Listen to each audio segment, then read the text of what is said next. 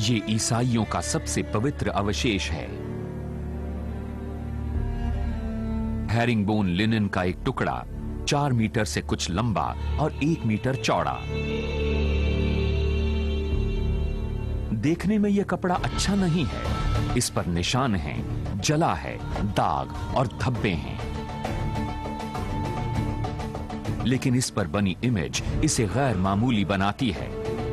एक हल्का सा साया है जो पास जाने पर गायब होता लगता है।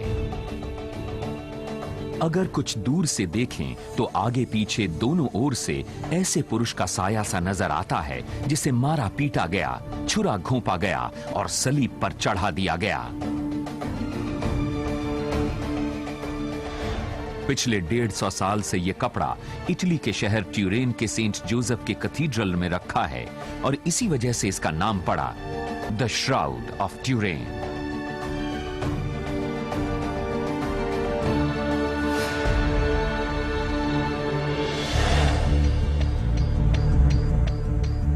लेकिन श्राउड ऑफ ट्यूरेन असल में है क्या?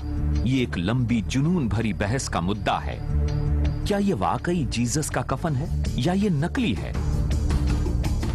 मिडिल एजेस, रेनेसांस या उस तरह की जो भी कला है, ये उन सब से बिल्कुल अलग है। क्रॉस या कांटों के ताज की तरह जीसस का कफन भी मध्ययुगीन ईसाइयों के लिए एक जानी पहचानी कलाकृति था। चारों गॉस्पेल ने इसका जिक्र किया था।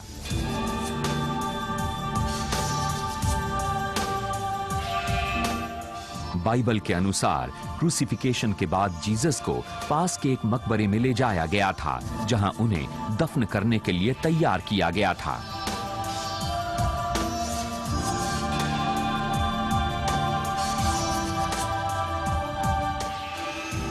हमें बताया गया है कि ये तैयारियां यहूदी रिवाजों के अनुसार की गई थीं, लेकिन बाइबल ये नहीं बताती कि ये रिवाज क्या थे, सिवाय इसके कि जीसस को लिनन के कपड़े से ढका गया था। बाइबल ये भी बताती है कि देह पर लेप के लिए बड़ी मात्रा में एलो और मर लाया गया था।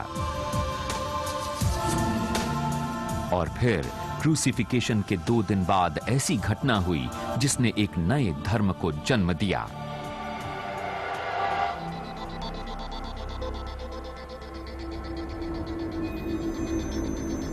ईसाई मानते हैं कि ईस्टर संडे की सुबह जीसस मृत देह से उठ खड़े हुए। हालांकि गॉस्पेल्स ने कभी ये बात स्पष्ट नहीं की। वो बस यही कहते हैं कि सिवाय लिनन के 1 या 2 कपड़ों के मकबरा खाली छोड़ दिया गया था। इस कपड़े में आदमी का शरीर लिपटा था और ये उस घटना का आर्टिफैक्ट है। लेकिन 1978 में श्राउड का अल्टीमेट टेस्ट हुआ। 2 दर्जन रिसर्चर्स, जिनमें ज्यादातर अमेरिकी थे, उन्होंने आधुनिक यंत्रों से इसकी जांच की। उन्होंने इसे नाम दिया श्राउड ऑफ ट्यूरेन रिसर्च प्रोजेक्ट यानी स्टर्प।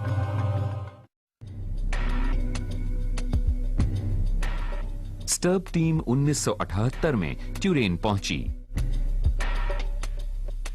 बेरी श्वार्ट्ज टीम के फोटोग्राफर थे। जब मुझसे इस टीम में शामिल होने को कहा गया तो मेरा पहला जवाब था, मैं ज्यूइश हूं। और ज्यूइश होने के नाते मैंने सोचा, ठीक है, यह भी एक ऐसा ही काम है जिसमें मेरी कोई खास दिलचस्पी नहीं है। श्वार्ट्ज का श्राउड से जो पहला सामना हुआ वो उम्मीद के मुताबिक नहीं था। कपड़ा लचीला और नर्म था, जो मेरे लिए पहला सरप्राइज था। उसकी हालत हमने जो सोचा था उससे कहीं बेहतर थी। फिर बारी आई इमेज की। साफ कहूं तो मैं सोच रहा था कि पेंट और ब्रश के कुछ स्ट्रोक्स देखने को मिलेंगे और हम लौट आएंगे। लेकिन 2 मिनट तक देखने पर ही मुझे लगने लगा कि ये चाहे कुछ भी हो, पर ये पेंटिंग नहीं थी। स्टर्प टीम ने 5 दिन तक श्राउड की जांच की और निष्कर्ष तक पहुंचने से पहले 5 महीनों तक अपने नतीजों को स्टडी किया। वो इमेज न फोटोग्राफ है, न पेंटिंग और ना ही कोई आर्ट वर्क है। इमेज एरिया में कोई पेंट या पिगमेंट नहीं है। वो इमेज अगर कहीं है तो फाइबर के सरफेस पर है और वो कपड़े में ज्यादा नीचे तक नहीं गई है। दूसरे डेटा में वो रहस्यमयी नतीजे थे जो श्राउड इमेज के किसी BP8 एनालाइजर से मिले थे। इसमें कंप्यूटर इमेज की डेंसिटी को टोपोग्राफिकल रिलीफ में बदलता है। और देखिए, जो नतीजा मिला वो मानव शरीर का नेचुरल रिलीफ था। इमेज डेंसिटी का अनुपात ठीक वही था जो इमेज बनाने के समय कपड़े की शरीर से दूरी रही होगी। इस डेटा ने श्राउड को महज पेंटिंग नहीं माना। कई लोगों ने लिनन पर इमेजेस बनाई हैं। लिनन पर इमेज बनाना आसान होता है। हालांकि जो ने इमेज बनाई, लेकिन श्राउड ऑफ ट्यूरिन के केमिकल और फिजिकल प्रॉपर्टीज से ये कहीं मेल नहीं खाती। अब जिसको भी मुझ पर शक हो और वो कहता हो कि ये जालसाजी है, उसे मेरी चुनौती है कि कुछ ऐसी इमेज बनाए जो इससे मेल खा जाए, तो मैं इस बारे में चुप रहूंगा। उन्होंने करीब 11 अलग अलग टेस्ट किए। उन्होंने एल्बुमिन, प्रोटीन और खून के अलग अलग एलिमेंट्स का टेस्ट किया और केमिकली उन्हें पॉजिटिव रीडिंग्स मिली। इसीलिए वो सब एक साथ कह सके कि ये धब्बे खून के थे। लेकिन 1988 में खबर आई कि इसमें कोई शक नहीं कि श्राउड ऑफ ट्यूरेन एक नकल थी। बेशक, लेकिन आमतौर पर भरोसेमंद एक टेस्ट ने इसे गलत साबित कर दिया।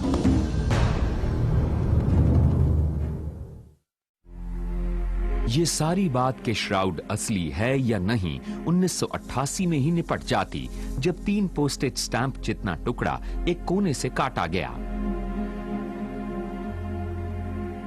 इस छोटे से टुकड़े को 3 हिस्सों में बांटा गया। इन्हें छोटे मेटल कैनिस्टर में डालकर 3 अलग अलग प्रयोगशालाओं में भेज दिया गया।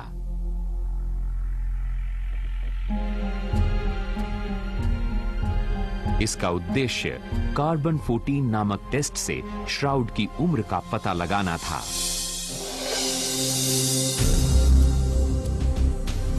छह महीने बाद तीनों लैब्स ने अपने नतीजे पक्की तारीखों के साथ ब्लैक बोर्ड पर लिख दिए। श्राउड का फ्लेक्स फाइबर मध्यकाल के बीच 130 साल के दौरान उगाया गया था।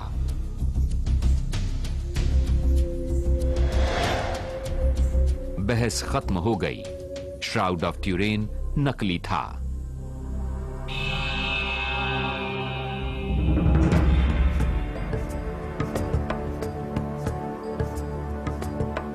मैं भौचक्का था। बड़ी निराशा हुई क्योंकि मुझे उम्मीद थी कि नतीजा बहुत साफ होगा और ये पहली सेंचुरी होगी। मैं एकदम हैरान था कि ये नतीजा इतना नाटकीय कैसे हो सकता है। मुझे ये कहना पड़ेगा कि ये मेरे लिए बहुत ही निराशाजनक नतीजा था। ये तो ऐसा लगता है जैसे सारी अच्छी इंफॉर्मेशन उन्होंने कूड़े में फेंक दी और बस ये एक टेस्ट रख लिया। लेकिन श्राउड का एक सबूत ऐसा था जिससे श्राउड बिलीवर्स को आशा की छोटी सी किरण नजर आई। वो ये कि कार्बन 14 की तारीख कुछ अलग थी, भले ही थोड़ी सी। और ये हंगेरियन प्रे कोडेक्स के रूप में सामने आई। ये एक पांडुलिपि थी जिसमें क्राइस्ट का बेरियल दिखाया गया था, जिसमें उन्हें कपड़े के एक लंबे टुकड़े में लपेटा गया था। प्रे कोडेक्स के बारे में 2 चीजें दिलचस्प थीं, कपड़ा और वो तारीख जब कोडेक्स तैयार किया गया था।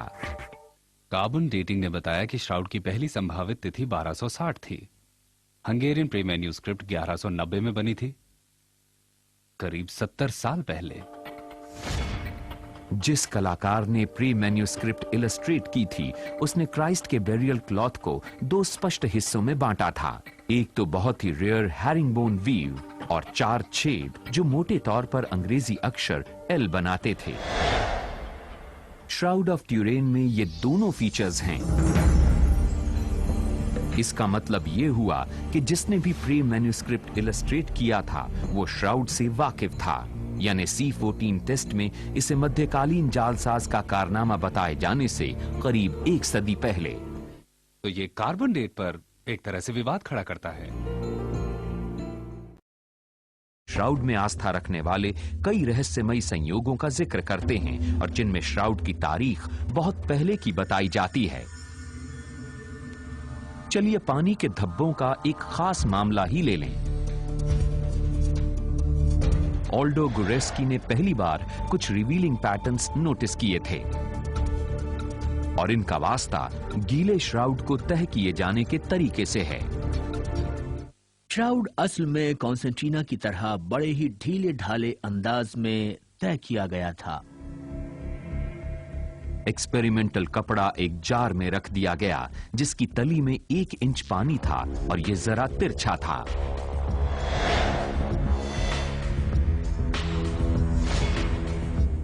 इससे पानी के जो दाग एक्सपेरिमेंटल क्लॉथ पर पड़े वो श्राउड से मेल खाते हैं,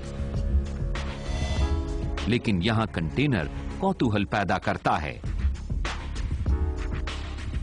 पहली सदी में ऐसे जार डेड सी स्क्रोल जैसी बहुमूल्य चीजें रखने के लिए इस्तेमाल होते थे। मध्यकाल के आने तक लोग बॉक्स और चेस्ट इस्तेमाल करने लगे थे।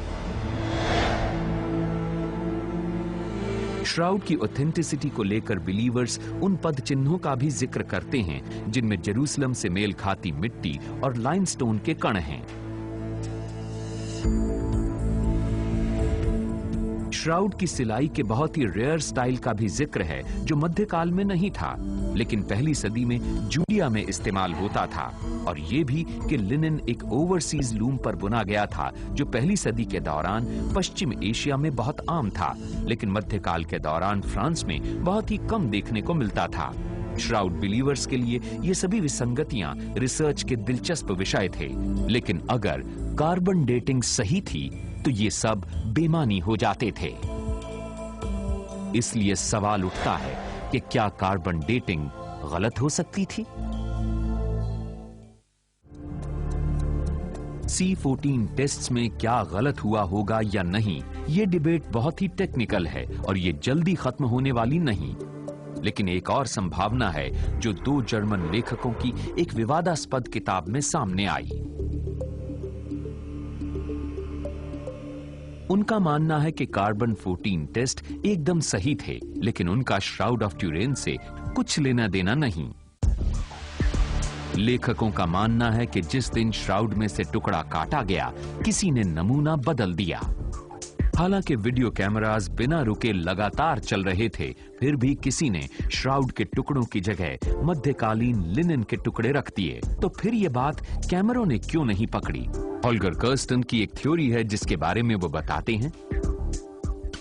पूरे प्रोसेस की वीडियो टेप बनाई गई और इस धरती पर मैं इकलौता ऐसा आदमी हूं जिसने 8 घंटे के पूरे प्रोसीजर का एक एक फ्रेम अच्छी तरह से देखा था। ये टेप बहुत बढ़िया तरह से तैयार हुई है, लेकिन इसका आधा घंटा कहीं गायब है। पता चला कि जब श्राउड के टुकड़े दूसरे कमरे में ले जाए जा रहे थे, तब कैमरास बंद कर दिए गए थे और इन टुकड़ों को 3 कंटेनर्स में अलग अलग लेबोरेटरीज के लिए रख दिया गया था। मेरा सवाल यही था कि जब हर चीज डॉक्यूमेंट की जा रही थी, तो फिर यह हिस्सा डॉक्यूमेंट क्यों नहीं किया गया? आखिरकार यह सबसे क्रिटिकल मोमेंट था। कैमरा बंद करने की वजह यह बताई गई कि लैब्स को कंट्रोल सैंपल और श्राउड पीसीस में अंतर मालूम न चल सके, लेकिन लैब्स को पहले ही पता था कि कौन से टुकड़े श्राउड के थे, क्योंकि उनके धागे अलग नहीं किए गए थे। कर्स्टन का मानना है कि नतीजा साफ था। देखिए, मेरा तो यह मानना है कि किसी तरह की मैनिपुलेशन तो जरूर हुई थी। मैनिपुलेशन यानी टुकड़ों का बदलना। श्राउड पीसेस और जो टुकड़े लैब्स को मिले, उनके फोटोज को ध्यान से देखने पर कर्स्टन का कहना था कि इन्हें जरूर बदला गया था। उनके अनुसार नमूने न तो वजन में और न ही दिखने में मेल खाते थे। ये टुकड़ा ऑक्सफोर्ड सैंपल है जो रेडियो कार्बन डेटिंग के लिए इस्तेमाल हुआ था। हम फोल्ड एक्सिस को पहचान सकते हैं। 0 थ्रेड भी है जहां से वीविंग पैटर्न अलग डायरेक्शन में मुड़ जाता है, और जैसा कि आप यहां देख सकते हैं, ये कोऑर्डिनेट सिस्टम टुकड़ों को फिंगरप्रिंट्स की तरह तुलना करने में हमारी मदद करता है, जबकि ये वाला इससे मेल नहीं खाता।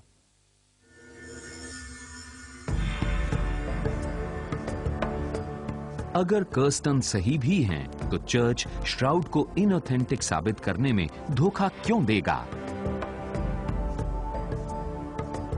कर्स्टन का मानना है कि चर्च को डर था कि श्राउड से क्रूसिफिक्शन और उसके बाद जो हुआ उसके बारे में न जाने क्या जानकारी सामने आ जाए।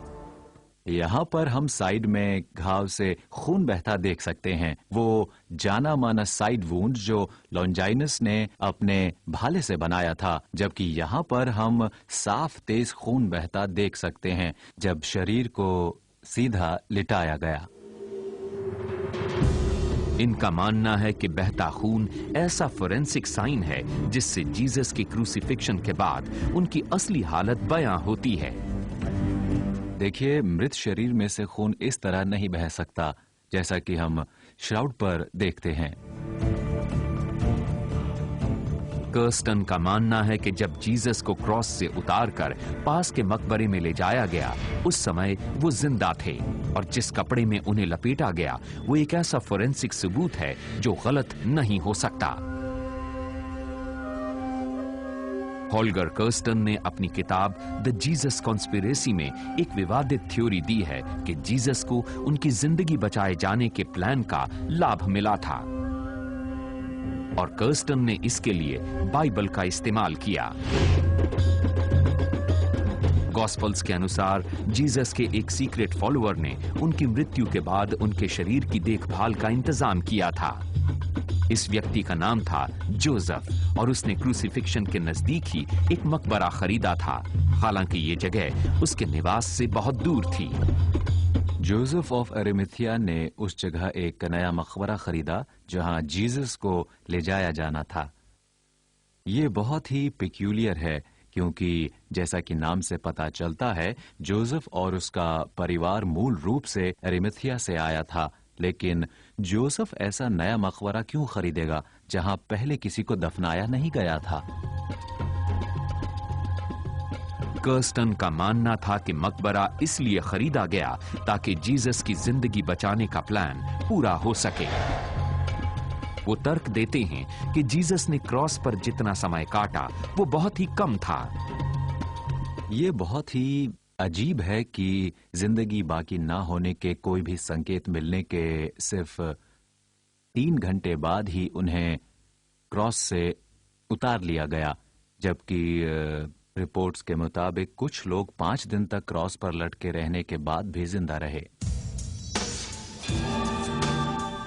गॉस्पेल्स का कहना था कि कुछ कड़वाहट, जिसे आमतौर पर विनेगर कहा गया, उसमें डूबा स्पॉन्ज जीसस के होठों से लगाया गया तो उन्होंने तुरंत अपनी स्पिरिट से रिजाइन कर दिया।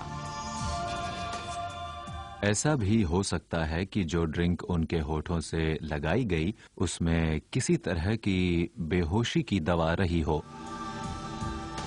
एक सेंचुरियन ने जीसस को भाला घोंपा था। कुछ ही महीनों बाद वो आदमी कैपाडोचिया में क्रिश्चियन बिशप बन गया। देखिए, जहां तक मेरा सवाल है, मुझे ये बात बहुत ही अजीब लगती है। भाला जहां घोंपा गया वहां से खून और पानी निकला, इसके अलावा और कोई रिएक्शन नहीं हुआ। जीसस को मृत मान लिया गया। तब जोसेफ ऑफ एरिमथिया ने पोंटियस पायलट से बॉडी रिलीज करने को कहा था। पायलट ने जीसस को पहले ही मृत देखकर हैरानी जाहिर की और वो मान गया। जोसेफ बॉडी को नजदीक के मकबरे में ले गया, दफनाने के लिए नहीं बल्कि उपचार के लिए। उन्होंने एलो और मर का इस्तेमाल किया।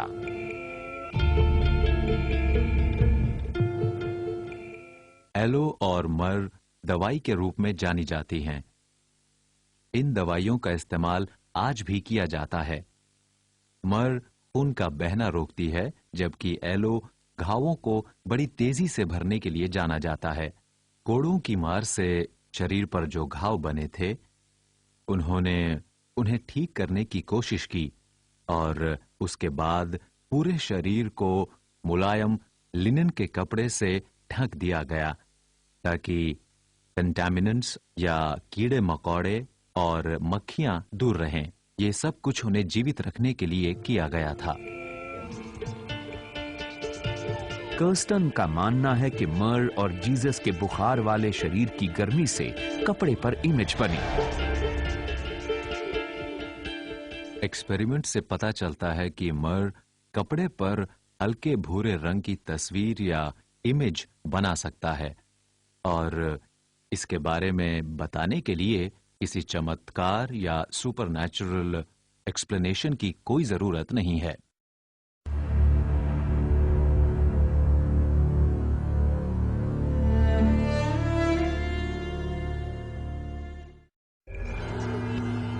क्योंकि जीसस का शरीर बेहोशी की हालत में था, इसलिए हम लोग मान सकते हैं कि जीसस का शरीर कपड़े के नीचे 12 या 24 घंटे तक बिना किसी हरकत के रहा, और इतने समय में इमेज आराम से बन सकती है।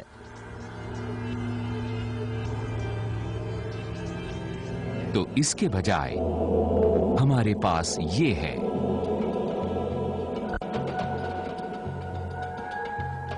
गॉस्पल्स ने सिर्फ एक ही इंफॉर्मेशन दी कि रविवार सुबह जब मकबरा देखा गया तो सिवाय लिनन के वो खाली था।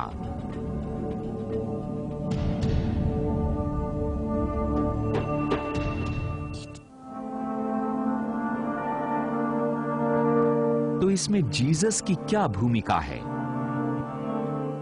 देखिए, जहां तक मेरा सवाल है, मैं नहीं मानता कि जीसस खुद इस प्लान के पीछे थे, लेकिन वो अपने आप को किस्मत के हवाले कर चुके थे। वो नहीं जानते थे कि ये सब कैसे खत्म होगा, और जो कुछ उनके सामने आया वो सब ठीक था। उनकी प्रार्थना भी एक कामना थी, फादर अगर आप चाहें तो ये कप मुझसे दूर ले जाएं, और किस फादर को ये प्रार्थना नहीं छुएगी। अच्छी बात यही है कि उनकी प्रार्थना सुनी गई और असल में वो बचा लिए गए। श्राउड के बारे में कर्स्टन के हाइपोथेसिस पर ज्यादा लोगों ने ध्यान नहीं दिया, शायद इसलिए कि आस्थावान और शंकालु दोनों ही उनसे सहमत नहीं थे। उनके कई दावे कभी साबित नहीं हो सकते, लेकिन दिलचस्प बात यह है कि उनकी थ्योरी में मुस्लिम रवायत की झलक मिलती है कि जीसस क्रॉस पर जिंदा रहे और सुदूर पूर्व में कहीं लंबी उम्र तक जीवित रहे। जहां तक सवाल लिनन क्लॉथ और उस पर बने प्रेत के साये का है, तो जो लोग श्राउड को ऑथेंटिक मानते हैं उनमें से अधिकतर का कहना है कि इसे बचाकर छुपा लिया गया और सदियों तक संभाला जाता रहा। इस दौरान कलाकारों ने इसे देखा और यह आने वाले समय में क्राइस्ट के चित्रों का एक मॉडल बन गया। लंबे बालों और 2 हिस्सों में बटी दाढ़ी वाला व्यक्ति, वही इमेज जो श्राउड पर हम देखते हैं।